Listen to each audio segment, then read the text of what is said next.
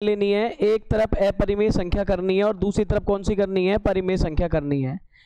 कहने का मतलब बराबर वाला जो ये चिन्ह है इसके पक्षांतरण का ऐसे प्रयोग करना है कि अपने एक तरफ अपरिमेय बनानी है, दूसरी तरफ परिमेय बनानी है। सारे सवालों को सोल्व करने की यही ट्रिक रहेगी। अब देख लो इसके अंदर क्या करा हमने, अपरिमेय बोल रहा है और मान क्या लिया कि कैसा है ये, परिमेय संख्या है। मान लिया तो a अपॉन बी वाला ये लिखना है, b नॉट इक्वल 0 और बोल देना a b क्या थी अपने पास, सहभाज्य। अब इसमें मैंने क्या पक्षांतरण का प्रयोग करा है। इसमें से जो a अपॉन बी ये परिमेय संख्या थी, इसको 3 के पास ले आया तो ये माइनस की हो गई और 2√5 ऐसे की ऐसे। फिर हमने देखा यहाँ एलसीएम ले लें तो थोड़ा सही कर लिया, p अपॉन क्यू को एलसीएम लेकर के। फिर इसके 2 को हटाना था मुझे, यहाँ से ये गुणा में था, इसको कहाँ लेके आया, भाग में लेके आया दूसरी तरफ। तो हमारे पास √5 बराबर क्या हो गया, 3b माइनस a अपॉन क्या रह गया अपने पास, 2b रह गया। अब अगर देखो अगर इस तरह से बन रहा है ये, तो हमने देखा कि 3 क्या है, b क्या है, a क्या है, 2 क्या है, सभी क्या है, पूर्णांक है। और पूर्णांकों को अंश बटा हर के रूप में लिखने को हम क्या कहते हैं, परिमेय संख्या है। तो फिर हमने कहा कि अगर ये परिमेय संख्या और बराबर का चिन्ह बीच में लग रहा है तो इधर वाली पार्टी को भी क्या होना चाहिए, √5 को भी क्या होना चाहिए था, परिमेय होना चाहिए था। पर गड़बड़ हो गई, √5 ने क्या कहा है, √5 कैसा है, प्रमेय से अपरिमेय संख्या है। ये प्रमेय ने अपन ने सिद्ध किया था, प्रमेय के अंदर था अपरिमेय संख्या है। तो फिर प्रमाण √5 के ज़्यादा अच्छे माने जाएंगे। तो अपन यहाँ से लिख देते हैं कि भाई √5 जब अपरिमेय है तो हम फाइनल यही बात करेंगे कि यार √5 जहाँ आ रहा है, जिस संख्या में आ रहा है, वो पूरी की पूरी क्या होगी, परिमेय नहीं होगी। कैसी होगी, अपरिमेय होगी। इतनी बात लिखो और मुक्ति मिल जाएगी। अब किताब के सवाल देख लेते हैं इसके अपन। तो बताओ देखें इसके और कौन से क्वेश्चन बच रहे हैं। 1.2 चल रही थी अपनी, और क्वेश्चन नंबर कौन सा था देखो, पहला कर लिया, दूसरा कर लिया, तीसरा चल रहा है ना। तीसरे में भी पहला बोलो, 1/√2 एक कैसी संख्या है, यही बोल रहे हैं ना। इस सवाल को अपन दो तरह से कर सकते हैं, हमें ये सिद्ध करना है। इस सवाल को हम दो तरह से कर सकते हैं और मैं आपको बता दूं, अगर ये दो तरह से करने की कह रहा है तो अपन एक काम कर लें। इसमें आया ये पेपर में 1 नंबर का है, 1 नंबर में आ जाता है ये सवाल। अपन को ज़्यादा बड़ा नहीं करना, इसको दो तरह से कर सकते थे अपन, सीधे दिमाग लगाएंगे। देखो इसके अंदर कैसे करेंगे। पहला काम तो वो जो अपन मानते हैं वो लिख लीजिए। माना क्या करें, 1/√2 कैसी संख्या है, परिमेय संख्या है। मान लिया। अगर ऐसा है तो अगली स्टेप बन जाएगी a/b रूप, जहां b बराबर नहीं है किसके, 0 के। अब एक बात सुन लेना, अगर ऐसा लिख देता हूं तो अगली लाइन ये भी थी अपने पास, ये लिख ही देते हैं, ये हिस्सा रखो इसको कि याद रहिए। a और b कैसे हैं, सहअभाज्य संख्या है। अच्छा अगली बात, हमने कहा था ना कि कोई सा भी बराबर के चिन्ह के लिए कोई सा भी पक्षांतरण का नियम लगाओ, रूट वाला एक तरफ होना चाहिए, ऐसा ना नीचे ऊपर ही होना चाहिए अंश में, और बिना रूट वाले एक तरफ होने चाहिए। तो हमने दिमाग लगाया, इसमें क्या कर लें हम, दिए गए बॉक्स को अगर मैं यूं कह दूं एक तरह से कि हम इसका क्या कर रहे हैं, व्युत्क्रम कर रहे हैं, उल्टा कर रहे हैं। तो देखो क्या बन जाएगा, क्या कर लिया हमने, इसका व्युत्क्रम ले लूं तो अपन बोलेंगे √2/1 और बराबर किसके, b/a के। कोई दिक्कत हो तो बताओ। अब सुन लो इसको कैसे लिख सकते हैं अपन, इसको लिख देंगे हम, यहाँ आ गए √2 और ये है b/a। अब सुन लो, ये इसमें वो नियम मत लगा देना जो अपन √2 अपरिमेय संख्या वाला लगाते हैं बड़ा सारा, वो लगाने की जरूरत नहीं है। इसमें 3 नंबर का है तो लगाओ, बड़े नंबरों में आए तो लगाओ, 1 नंबर में मत लगाना। क्या लिखेंगे देखो अपन, इसमें अपन लिखेंगे, ये तो अपरिमेय था और ये परिमेय में जंग हो रही है ना, अपन लिखेंगे b/a क्या है, पूर्णांक है। b और a क्या है अपने पास, पूर्णांक है। अतः पूर्णांक जब भिन्नों में होते हैं तो क्या लिखेंगे, अतः b/a क्या होगा, परिमेय होगा। तो पड़ोसी को भी क्या होना चाहिए, √2 को भी अपरिमेय होना, परिमेय होना चाहिए। तो यहां लिखेंगे परिमेय होना चाहिए। और देखा क्या है हमने, प्रमेय से है ना, परंतु प्रमेय से, ऐसा करके लिख देंगे, परंतु प्रमेय से √2 एक कैसी संख्या है? अपरिमेय संख्या है। अपरिमेय संख्या है। आपने नवी क्लास में पढ़ा होगा, अगर कोई क्यू टाइप की परिमेय संख्या हो और उसके साथ प्लस माइनस गुणा भाग में अगर कोई अपरिमेय संख्या हो तो रिजल्ट क्या रहता है? हमेशा अपरिमेय ही रहता है। ये भी तो सीखा था वहाँ पे। और उसका उपयोग ना भी करें तो हम यूँ बोलते, जब प्रमेय नहीं कहती कि √2 अपरिमेय है तो उससे बनने वाली भी क्या होगी? अपरिमेय होगी। तो यहाँ पे लिख देते हैं अपन संख्या है। अतः हम कह सकते हैं कि 1/√2, सवाल लिख लिया करो, एक कैसी संख्या होगी? अपरिमेय संख्या होगी। कोई दिक्कत नहीं है?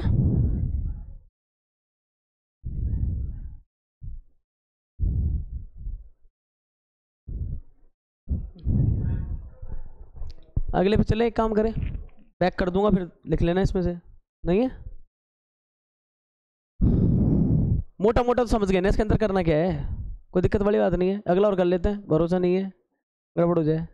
नहीं, अगला और कर लेते हैं। और बताओ किताब का इसमें अगला क्या है?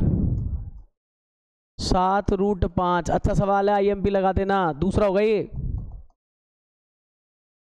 क्या करना है? वही सिद्ध करना है 7√5 एक कैसी संख्या है? अपरिमेय संख्या है। कैसी संख्या है? अपरिमेय संख्या। ठीक है, क्या करेंगे हम? अपने उत्तर में वही काम अपना, तो वही पुराना काम माना। 7√5 एक कैसी संख्या है? परिमेय संख्या है। अगर 7√5 एक परिमेय संख्या है तो क्या करेंगे? 7√5 को a बटा, रट जाएगी स्टोरी सारे सवालों में इसी तरह से लगाओगे तो। a भी क्या है? अब चलें अपने काम पे। ये छोटा ही सवाल है, ये भी 1 नंबर में आया है, पर आ चुका है बोर्ड एग्जाम में। ये 7√5, 3√5 इस तरह के सवाल एक जैसी बात है। 7√5 और 3√5। देखो क्या करेंगे इसमें, अगला काम अपना पुराना वही, √5 ऐसे की ऐसे, और जो ये गुणा में था इसको कहाँ ले गए? नीचे। अब एक तरफ रूट एक तरफ भिन्न वाले। अब लिखेंगे इसके बारे में वही बातें। क्या लिख दें बताओ? हम बोलेंगे A 7 और B क्या हैं? ये सारे पूर्णांक हैं। तो A/7B कैसी होनी चाहिए? ये तो परिमेय होगी ही। हो गई? और अगर ये परिमेय है तो बराबर के चिन्ह के अनुसार √5 को भी कैसा होना चाहिए? परिमेय होना चाहिए। और इसे अगर परिमेय होना चाहिए, लेकिन कौन है अपना? प्रमेय। लेकिन प्रमेय से √5 कैसा होता है? अपरिमेय होता है। अतः पूरा रिजल्ट भी क्या हो जाएगा? परिमेय संख्या और अपरिमेय संख्या का गुणा 7√5 है, तो ये भी क्या हो जाएगा फिर? परिमेय से क्या कर देंगे हम? अतः 7√5 भी एक कैसी संख्या होगी? अपरिमेय संख्या होगी।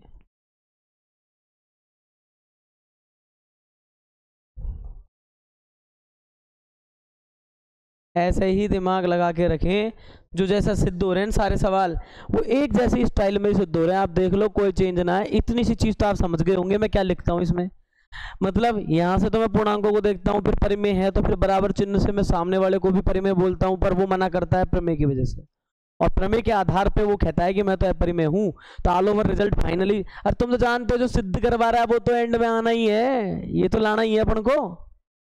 इसका ध्यान रखें बस मेनली तो, कि भाई जब लास्ट में तो यही सिद्ध करना है अपन को, तो आंसर वाली जो सवाल में लाइन है वो तो आंसर में आनी है एक बार लास्ट में। ऐसे करके आप एंड कर देना।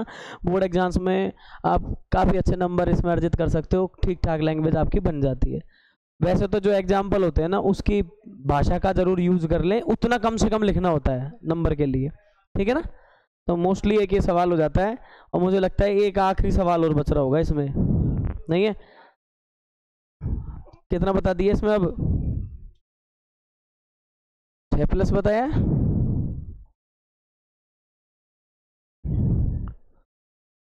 वही क्वेश्चन 3, वही 1.2, और सवाल नंबर तीसरा 6+√2, यही सिद्ध करवा रहा है ना? इसे सिद्ध करना है। 6+√2 एक वही चीज अपरिमेय संख्या, और क्या लिख रखा है इन्होंने, होगी। इसका इलाज विलाज सोचो भाई, वही काम वही नियम, कुछ चेंज नहीं, उसी तरीके से लिखेंगे। ये कह रहा है अपरिमेय होगी, हमने कहा माना। 6+√2 एक कैसी संख्या है? परिमेय संख्या है। अगर कोई परिमेय संख्या है तो फिर उसे कैसे होना चाहिए? 6+√2 को a/b के रूप में होना चाहिए, b उसका 0 नहीं होना चाहिए, और यहाँ क्या बोलेंगे? a b क्या होंगे? सह अभाज्य। a b क्या होंगे? सह अभाज्य। ठीक है, तो a b अगर सह अभाज्य है तो दिमाग लगाओ, वही नियम अपना उसूल ये है कि जो अपन ये लिख रहे हैं ना, इसमें अपन अपरिमेयों को तो एक तरफ करेंगे, और इस तरफ जो परिमेय संख्या है उसका पक्षांतरण कर देंगे। 6 कितना हो जाएगा? -6 हो जाएगा। अब हिसाब बरोबर नहीं है अभी, कैसे? ये फ्रैक्शन में है, भिन्न में है, तो इसको भी ऐसा कर लो। अब आपको सुविधा क्या होगी, देखो इसके अंदर मैं बता दूं, आपको सुविधा होगी इसमें, क्या बोल सकते हैं अपन, ये √2 और इधर एलसीएम में b, a - के 6b, बोलो ये बनेगा नहीं बनेगा? अब इसमें वही बातें, a b 6b b, ये सारे क्या हैं? ये सारे की सारे आपके पूर्णांक हैं, वही लिख देना बस। यहाँ a 6b क्या है? पूर्णांक हैं। अतः एक बात समझ गए अपन, a - 6b/b क्या होगा? परिमेय संख्या होगी। अगर ये परिमेय होगी तो बराबर चिन्ह की वजह से √2 को भी क्या होना चाहिए? परिमेय होना चाहिए। अब इसे परिमेय होना चाहिए तो एक बात सोच के देखो, अगर इसे परिमेय होना चाहिए तो प्रमेय आ जाती है बीच में। वो प्रमेय कह रही है लेकिन √2 प्रमेय से क्या था? एक अपरिमेय संख्या।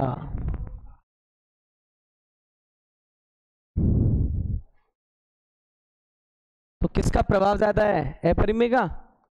अतः सवाल क्या था पूरा? 6+√2 एक कैसी संख्या होगी? अपरिमेय संख्या होगी। सही है ना? तो इस तरह से कुछ करना धरना नहीं है इसमें, वही करते हैं। अब देखो प्रीवियस पेज पे क्या है, जो अपने सवाल थे वहां से देख लो, ये था ना, सब में एक तरह की स्टाइल, एक तरह का पैटर्न, और अपन ने वही काम किया है, कुछ चेंज नहीं किया है। यहाँ पे आप देख सकते हो, वही सिद्ध करवाता है, वही संख्याओं को लेते हैं, परिमेय लिखते हैं, a/b फॉर्म में लिखते हैं, b0 लिखते हैं, सहभाज्य लिखते हैं, और फिर इसमें एक नंबर में सब सवाल आता है तो हम क्या करते हैं? रूट वाला एक तरफ और बिना रूट वाले एक तरफ करते हैं, और फाइनली जब रूट वाला एक तरफ और बिना रूट वाले एक तरफ करते हैं तो हमने एक रिजल्ट देखा कि जो परिमेय संख्याएं हैं वो एक तरह से अपरिमेय के बराबर आती हैं। पूर्णांक होने की वजह से हम उन्हें क्या बोलते हैं? परिमेय बोलते हैं। और जिद यह है कि बराबर की, कि अगर यह परिमेय है तो रूट वाली भी कैसी होनी चाहिए? परिमेय। पर रूट वाली फटाक से कह देती है कि मेरे पास तो क्या है? थ्योरम। थ्योरम में सिद्ध हुआ है कि मैं कैसा हूँ? अपरिमेय हूँ। तो रिजल्ट किसके पक्ष में जाता है फिर? अपरिमेय के। इसलिए फाइनली जो सवाल लिखा होता है उसको हम एंड में लिख ही देते हैं कि भाई साहब कौन सा अपरिमेय होगा, जो रिजल्ट है वो फाइनली क्या लिखते हैं? अपरिमेय होगा। अब आप लोग इसको नोट कर सकते हो। फिर इन्हीं में थोड़ा सा बदलाव करके मैं बताऊंगा कि बोर्ड में कैसे सवाल बना के देते हैं वो, तो अब एक बार इसको नोट कर लेना।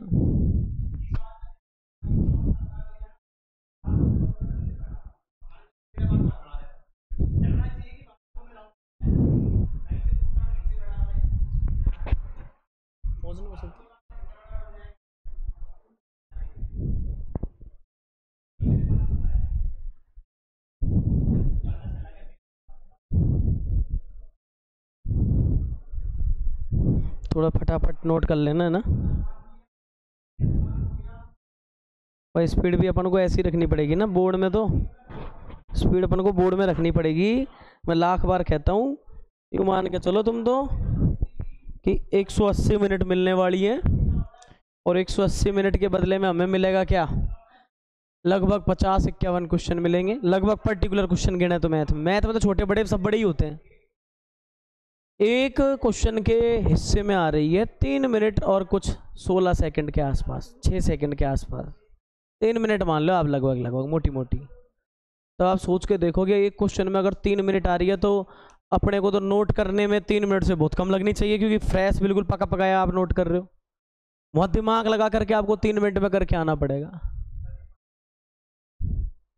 मैं यही तो कहता हूँ कितना मजबूत होके जाना पड़ेगा यहाँ से, लिखने में भी अप टू डेट फटाक से लिख लिखा के रख, और राइटिंग भी अच्छी, कि ताकि कोई अपनी कॉपी पढ़े तो कम से कम अपन को ऐसा ना लगे कि मतलब क्या आ गया ये, 10वीं स्टैंडर्ड की तो लगनी चाहिए ना। ये है।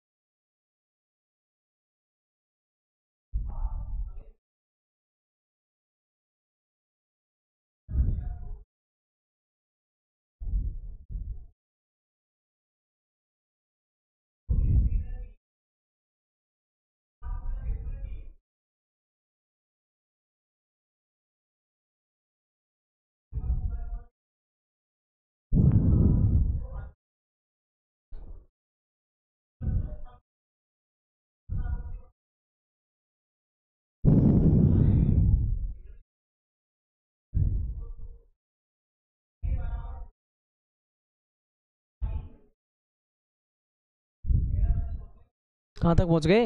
हो गया पूरा? हो गया? एक ये था, एक ये वाला था, लास्ट वाला तो आप लोग बिना देखे ही करोगे, नहीं है?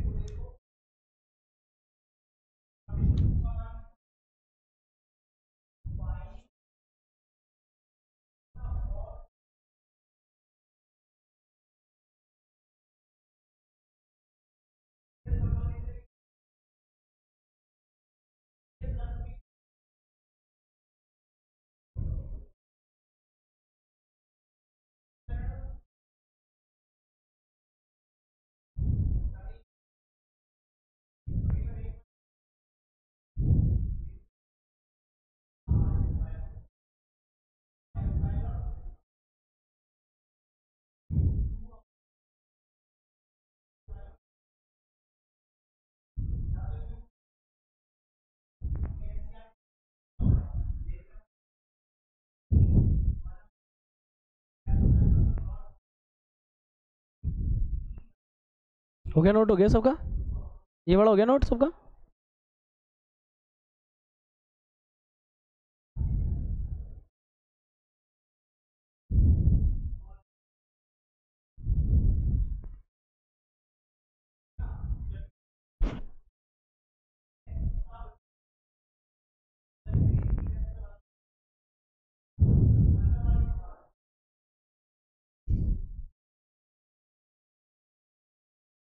चले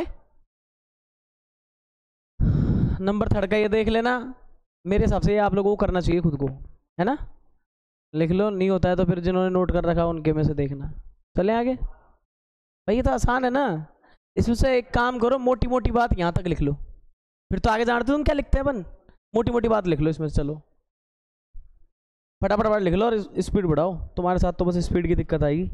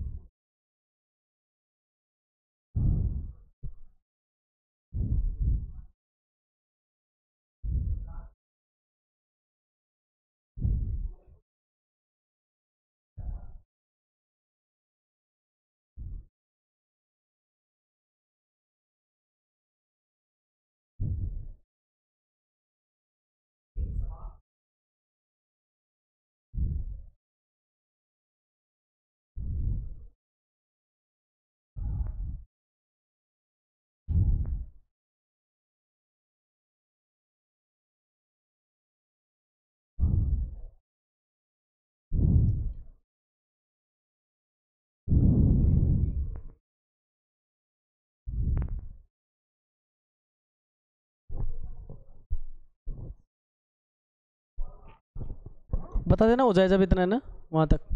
मैं थोड़ा इरेज कर दूंगा, इसको काम आएगा थोड़ा सा, अपन थोड़ी बात करेंगे इसके बारे में ना।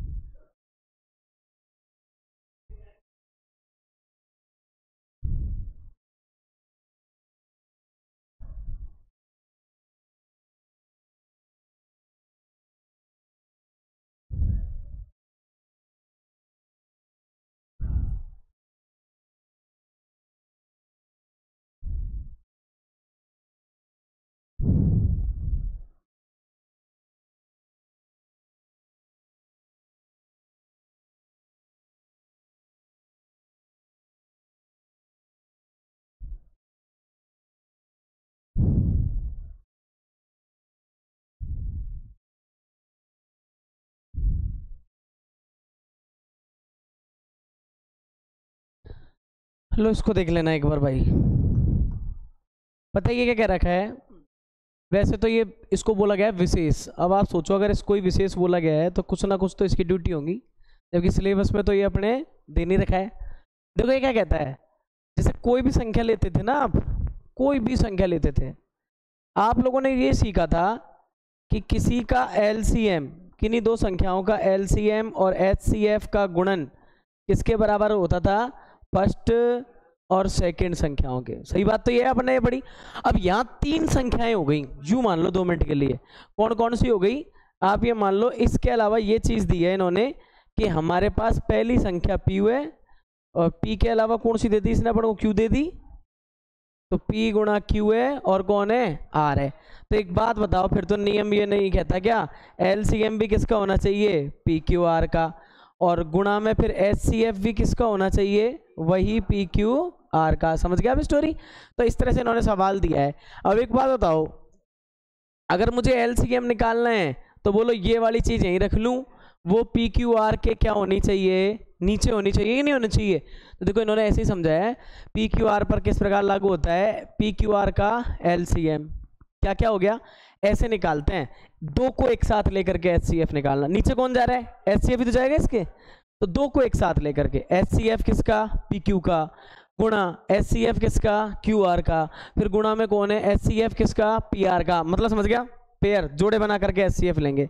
यहाँ 3 लोग थे, अब यहाँ 2 ही थे तो एक ही जाता है एचसीएफ नीचे, दोनों का एचसीएफ, पर यहाँ 3 है कैंडिडेट, तो एलसीएम पीक्यूआर का किस पर निर्भर करेगा, नीचे एचसीएफ पीक्यू एक साथ, क्यूआर एक साथ और पीआर एक साथ, इनका ले लेना। ऊपर क्या रह जाएगा, वही पीक्यूआर गुणा में रह जाएगा नहीं रह जाएगा। और इसके साथ साथ जो तीनों का एक साथ एचसीएफ होता है वो ऊपर आएगा। मतलब समझो आप जैसे कि 2 है, 4 है, 6 है, ये है ना अपने पास, तो ये P है, ये Q है, ये R है। अब इनका कॉमन HCF ले लेना एक, तो जो तो आएगा ऊपर, तीनों संख्याओं का गुणन वही 2 4 6, इनका गुणन आएगा इधर ऊपर, सब गुणा होंगे आपस में। और नीचे आपको HCF किसका लेना है, पहले 2 4 का ले लेना, फिर HCF किसका लोगे, आगे बढ़ाओ 4 6, और फिर किसका लोगे 6 2 का। समझ में आ गई बात। और यही काम है इसका, जब HCF निकालना होता है तो नीचे कौन जाएगा, LCM जाएगा, तो वही 2 2 का LCM आ रहा है नीचे, तो ये, और ऊपर वही तीनों का गुणन और तीनों का कॉमन LCM। वैसे इंपॉर्टेंट नहीं है, बट विशेष लगा रखा है एनसीईआरटी में, तो अपन को पढ़ना जरूरी था। कोई दिक्कत वाली बात नहीं है, नोट करने का इसमें कोई काम नहीं है, किताबों का सहारा लेना, नोट करने का इसमें कोई भी काम नहीं है। अब देखो अपन थोड़ा सा आगे चलते हैं, अपन क्या करने वाले हैं मैं आपको बता दूं। अपन इसमें इसके अलावा कुछ एग्जाम्पल और हैं जो मैं सोच रहा हूँ कि अपन को देख लेने चाहिए, हाथ लगे पूरी कंप्लीट हो जाए तो ज़्यादा बढ़िया रहेगा अपने लिए। देखो साहब, एक सवाल तो मैं ये ले लेता हूँ इसका, ये वाला, ये सवाल क्या है, आते रहते हैं तो अपन को ज़रूरी है कि अपन इनको एक बार देख ही लें।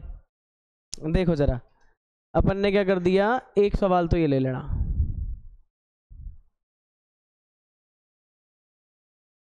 ठीक है, एक सवाल तो अपन ये करेंगे इसमें।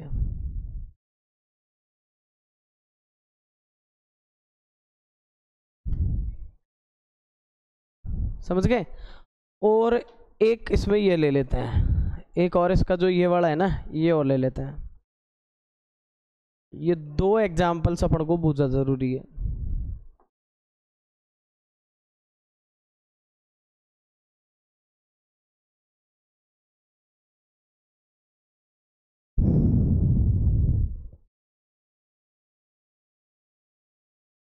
देखिए पिछले वाले को, ये था पिछला वाला अपना, है ना, इसको देख लेते हैं क्या बोल रही है। अब आज गुणनखंड है, किस किस के ले रहा है ये देखो, उसको देखो एक बार, ये है एक तो 96 का और एक 400। अब अपने समझो 96 का मतलब अपन तो ऐसे ही निकालते हैं इसको, और 404 का मतलब भी ऐसे ही निकालेंगे, इसको निकाल लेंगे। अब बताओ, ये 2 से जा रहा है, पहली बात कितना होगा 48, फिर 2 से 24, फिर 2 से, फिर 2 से, फिर 2 से, फिर बताओ। अब ये सही लिखा है ना इसने कि 96 का मतलब है 1 2 3 4 5 पावर तो 2 पे लगा दी और गुणा क्या कर दिया 3 लिख दिया। अब 404 बताओ, 200 फिर 100, अब बताओ जुगाड़ क्या करूं मैं, सीधा ही 101, चलो सीधा ही 101। तो अब इसने ये लिख दिया 2 की पावर कितनी है यहाँ पे 2 और गुणा कितना हो गया 101। HCF किसे कहेंगे पता है, HCF का मतलब होता है कि आप एक तरह से 96 और किसमें से 404, इसके क्या करेंगे अपन उभयनिष्ठ क्या ढूंढेंगे, अभाज्य गुणनखंड, और नाम HCF, इसका मतलब ज्यादा और पावर कौन सी लेंगे कम।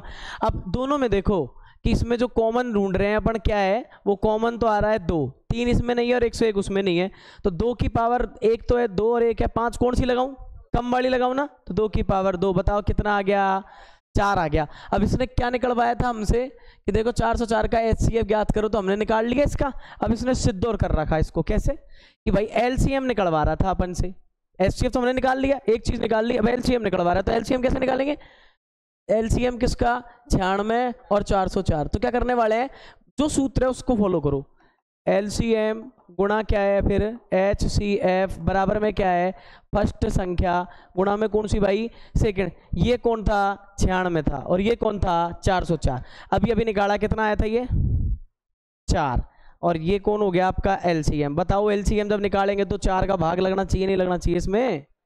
अब यही भाग 4 का इसने लगाया है तो उत्तर कितना आ गया 96। 96 इंपॉर्टेंट मान लेना, एग्जाम्पल है। एग्जाम्पल देखो उसके नाम में छिपा हुआ है एग्जाम और पल। देखो एग्जाम वाले पलों में सबसे ज़्यादा काम में आता है, एग्जाम वाले पलों में सबसे ज़्यादा काम में आने वाले सवाल होते हैं, इसलिए थोड़ा इंपॉर्टेंट रहेगा, ठीक है ना। किताब में लिखा हुआ है तो नोट करने की आपको इतनी ज़्यादा ज़रूरत है, समझना ज़्यादा ज़रूरी है, नोट करना इतना उसमें इंपॉर्टेंट नहीं है। अब ये देखो अगला सवाल देख लो रे, 6, 72 और 106 के सब जानते हैं, टुकड़े करने की जरूरत है क्या 6 के अपन को। और ये 72 है भाई, थोड़ा इसका हिसाब किताब देख लेते हैं। 2 दिया 36, 2 से 18, फिर 2 से 9, फिर 3 से और फिर ऐसे करते हुए 1। तो बताओ कितना हो गया, 2 की पावर कितने हो गए 3 और 3 की पावर 2, ये हो गया। अगला काम क्या है 120 का है, तो 120 का भी जरा आप देखना क्या कर देंगे। 2 से 60, 2 से 30, 2 से 15, फिर 3 से और फिर 5 से, सही बात है ना, यही होगा। फटाफट होनी चाहिए इनमें ट्रेंड एकदम। तो इसमें कितना हो गया 2 की पावर तो ये हो गई अपने पास, 2 की पावर तो कितनी हो गई ये अपने पास 1 2 3 हो गई, तो 2 की पावर 3 हो गई, फिर गुणा किससे 3 से और 5 से।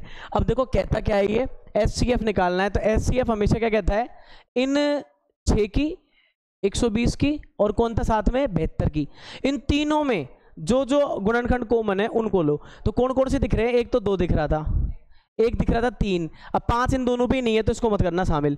अब एचसीएफ नाम है हाईएस्ट, पावर कौन सी लेता है छोटी वाली पावर ढूंढो, इस पे 1 पावर, इस पे 3, इस पे 3, तो कौन सी लूंगा 1 पावर लूंगा, तो 2 की पावर 1 हो जाएगी। देखो एचसीएफ में क्या हो जाएगा, एक तो 2 की पावर 1 हो जाएगी, फिर साथ में कौन सा हो जाएगा, देखो 3 में देखो 3 की पावर 1 भी है और 2 भी है, और यहाँ भी 3 की पावर 1 है, तो छोटी कौन सी है 3 की पावर 1, तो क्या हो जाएगा फाइनल आंसर 6। अब अपने पास क्या हो जाएगा 6 हो जाएगा। एलसीएम भाई साहब क्या कहता है, याद है एलसीएम को क्या कहते हैं भंडारा, क्या कहते हैं भंडारा। भंडारा क्यों कह रहे हैं कि सब जो इनमें कॉमन है वो तो हमें चाहिए ही, और जो कॉमन नहीं है वो भी चाहिए, और साथ में तुम तो जाओ जीमने, और साथ में किसको और ले जाओ, अपना कोई रिश्तेदार आया हो तो उसको भी ले जाओ, यही भंडारा है। उसमें तो रोक रोक के जमाएंगे, तो वही काम है। देखो इसके अंदर पहले देखेंगे हम 2 है, फिर देखेंगे हम कौन है 3 है, और फिर अलग आदमी कौन है 5 है ना, तो ये तीनों लिखने के बाद अब इनमें कौन सी पावर देखेंगे इनकी सबकी, देखो बड़ी वाली, तो 2 की पावर 3 है हाईएस्ट, तो ये 3 लगा देना इसके सर पे। अब बताओ 3 की पावर 1 है, इधर कौन सी है 2 है, तो यहाँ पे 2 लगा देना, और बच रहा है कौन फिर 5। अब इनको जब टोटल करोगे तो कितना आ जाएगा, देखो इससे आएगा 8, इससे आएगा 9 और इससे आएगा 5, 8 5 40, 40 गुणा 9 कितना आ जाता है 300। अब भाई साहब एक आखिरी पेज और कॉपी कर लेना सीधा सीधा। तो मैं बता दूं कि जो गणितज्ञ है उनका राजकुमार कौन है, पहले भी दिखाई है मैंने ये फोटो। तो गणितज्ञों का राजकुमार कौन है भाई साहब, ये है, इसकी दिख रही है यही है। यूं मान लो जितने भी गणितज्ञ आए ना अपने, सबसे ज्यादा हैंडसम आदमी यही था, है ना। ये सारे गणितज्ञों में सबसे ज्यादा हैंडसम आदमी था, इसकी फोटो देख लेना अच्छे से। अभी तुम्हें हो सकता है ये थोड़ा धुंधला सा बुरा सा ऐसा लग रहा होगा, पर भाई साहब इन्होंने अपने लिए क्या किया था, देखो क्या कहा गया है इसमें, क्लियर एक बात बोली गई है, कॉल फ्रेडरिक गॉस, क्या नाम है इसका, अगर कॉल याद ना रहे तो काल याद रख लेना, अपने आप पकड़ में आ जाएगा ऑप्शन में। फिर अगर इसमें भी भूलो तो क्या याद रखना फ्रेडरिक, क्या याद रख लेना फ्रेडरिक याद रख लेना। अब ये थोड़ा भूलने वाला ही नाम है, देखो ऐसा ही नाम है इसका, है ना। अगर अपने कोई राम शाम ने करी होती ना तो फटाक से याद रह जाता अपने, कॉल फ्रेडरिक। और अगर गॉस या गाउस कुछ भी बोल देते हैं इसको, तो आप अगर ज़्यादा नहीं तो गास याद रख लेना, तो आपको पकड़ में आ जाएगी कि कौन सा अपना था राजकुमार, कॉल फ्रेडरिक गॉस। इसे क्या बोला गया है, गणितज्ञों का राजकुमार। और इसके समयकालीन जो देखते हो ना आप, साइंस वाइंस में चलते हैं ये नाम, न्यूटन है, आर्किमिडीज है, ये सारे इसके साथी लोग ही हैं, उसके समयकालीन के ही थे, है ना। अब ये राजकुमार है तो ये भी कुछ ना कुछ तो होंगे, कोई ना कोई से राज्य के। और इन्होंने देखो एक पुस्तक लिखी थी जिसका नाम था, उनकी कृति का नाम था डिस्क्वींस अरिथमेटिक। अब ये अरिथमेटिक को तो देखो मैं बता दूं, अर्थमेटिक वाली एक प्रमेय थी अपने, थी नहीं थी, तो उससे आइडिया लग जाएगा। कार्ल फ्रेडरिक गॉस ने ना ये वाला तो लिखा, अर्थमेटिक वाली एक बुक लिखी, और उस चक्कर में ही उसको क्या कहने लगे गणितज्ञों का, अरे यार जो राजा महाराजा राजकुमारी तो लिखते हैं, बुक लिखने का शौक, फलाना कभी ढिकाना कभी, तो उस तरह से ये महाराज थे, याद रख लेना।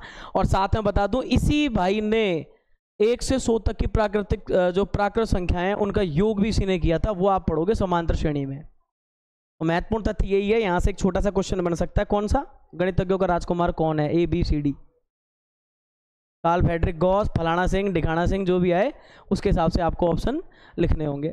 ठीक है, मिलते हैं, ये आपका चैप्टर लगभग समाप्त है। कुछ इंपॉर्टेंट क्वेश्चन दे रहा हूं जो आप लोगों को करके लेके आने हैं। जैसे कि देखो 3 माइनस का रूट 5 सिद्ध करना है आपको। सिद्ध कीजिए कि कैसी संख्या है, अपरिमेय संख्या है।